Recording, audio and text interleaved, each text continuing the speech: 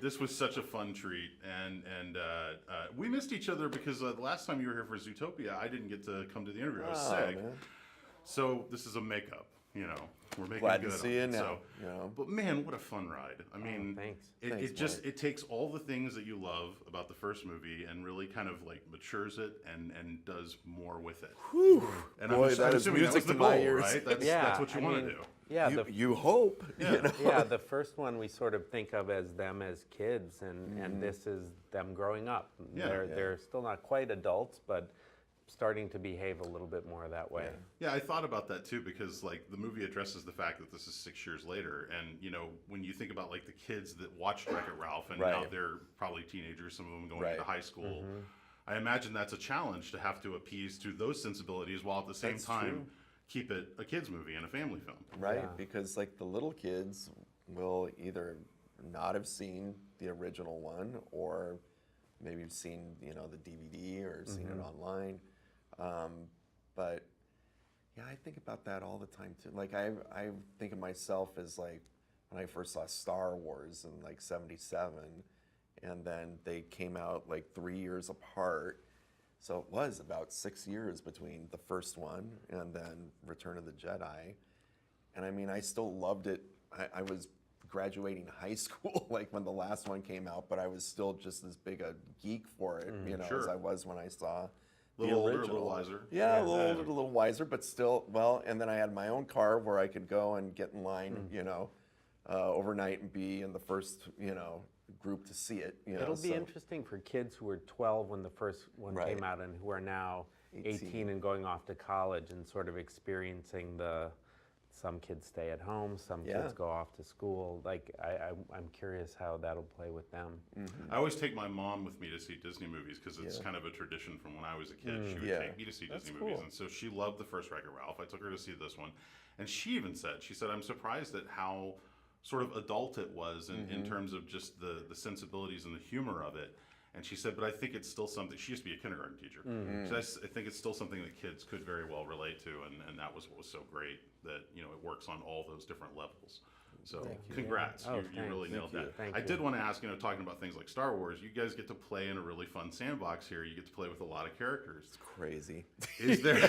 I know, it's like the more I thought about it. When that started to kind of crack open, when we said, well, where are we going to, because we had the idea for the princess scene before we had figured out where is that going to take place, and once we started looking at that website, Oh My Disney, which is a real site, it's a fan site, and then realized, oh my God, this is more than just Disney animation. This is Star Wars, Pixar, Marvel, it's like, oh my God, if we could do all of them, not just the princesses, this would be insane. And how much creative freedom do you get with that? I mean, does Disney kind of look over your shoulder, or do they say, as long as you don't do X, you're fine? I mean, we brought the idea to them when we had it, so with a very rough animatic of the princess scene, and just like took it to the absolute powers that be at Disney, and like, so and they said, they loved it and said, everyone else kind of pokes fun at Disney. Why can't we do that? It's a more loving satire because we actually love the characters and are better equipped to point out their flaws and foibles than others, I think. While at the same time addressing some of the things that do bother people and dealing with that, which I thought was great. Yeah. To me, it feels like it immediately made them more relatable to me. They felt like kind of up to date.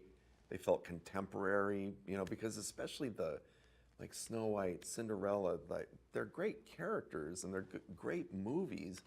But all my life, I would look at them and go like, well, I don't quite get what these characters are about. They're from another time, That was the old days, So I always kind of had them at arm's length of kind of, well, I don't really get, what that time period was.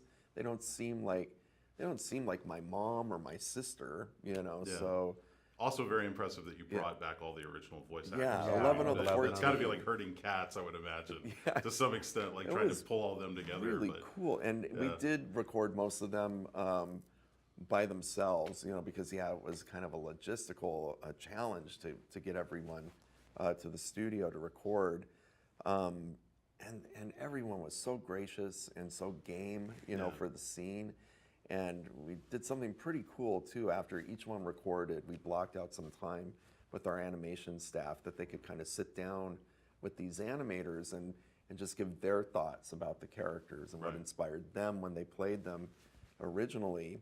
And some of these animators, they were inspired by those films like Little Mermaid, Beauty and the Beast, to become animators. So to see them like meeting the actresses who performed those characters was really special. Very inspiring, I would imagine. I have to wrap this up, but I did want to ask, because it does seem like the greatest message of this movie is the idea that, you know, as much as we love our friends and the people we care about, we have to love them enough to allow them to pursue their dreams. Was that always kind of the driving force for this particular film, or was that how it started? There was always a sort of a central image, even before the end monster existed, of from this to this. Like Ralph is holding on tight. And I remember trying to figure out how we can actually visualize that to letting go. And that was always the idea of a character who loves his life so much and his friend, but is ill-equipped because of his insecurity to know that it's okay to let a friend go, and know that that a friendship can not just survive but thrive in doing that.